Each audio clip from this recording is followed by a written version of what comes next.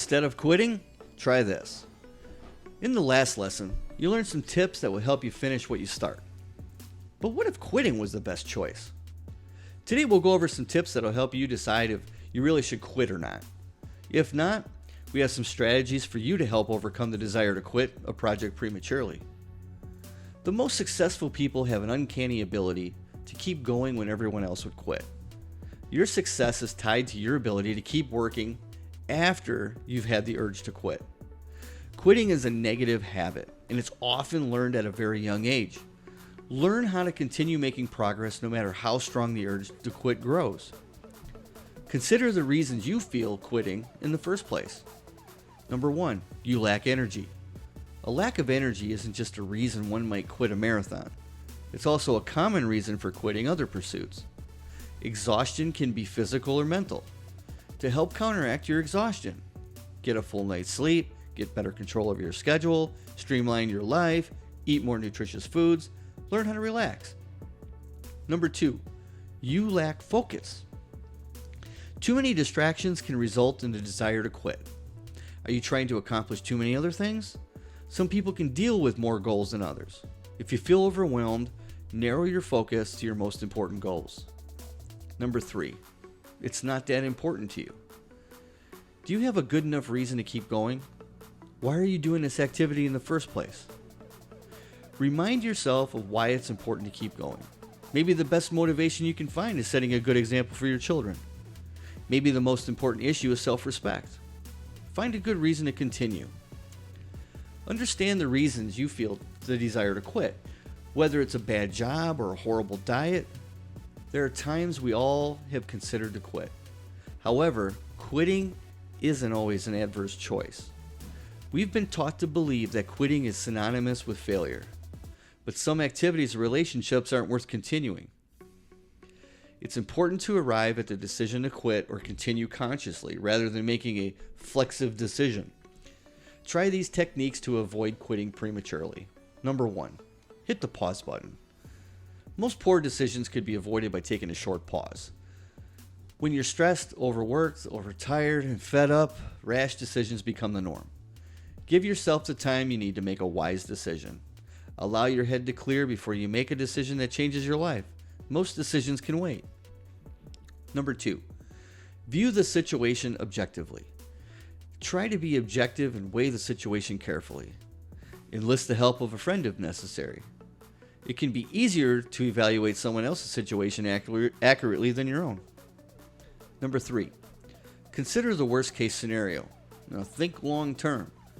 Quitting is an easy choice when you only consider the short-term ramifications. You can relieve your stress almost immediately.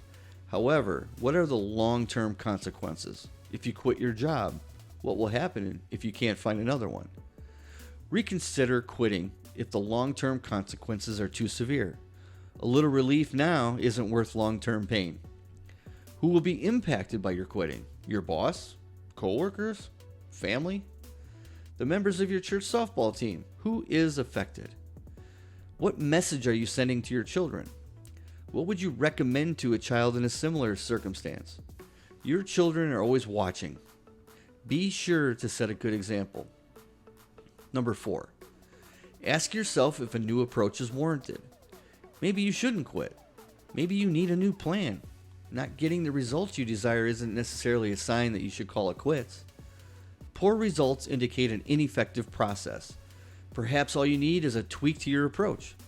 Major accomplishments are accompanied by numerous failed attempts. Number 5, ask yourself why you're considering quitting. Is it because you don't believe you can be successful? You don't have the resources you require? Do you not enjoy the job, the activity, or relationship in question? Are you lacking the necessary time? Some reasons for quitting are better than others. Quitting a second job you don't need so you can spend more time with your children is a good reason to quit. Ending your marriage because your spouse won't pick up his dirty socks might be a bit extreme. Is there another solution besides quitting? Number 6, consider the times you've given up in the past. How do you feel about those events today?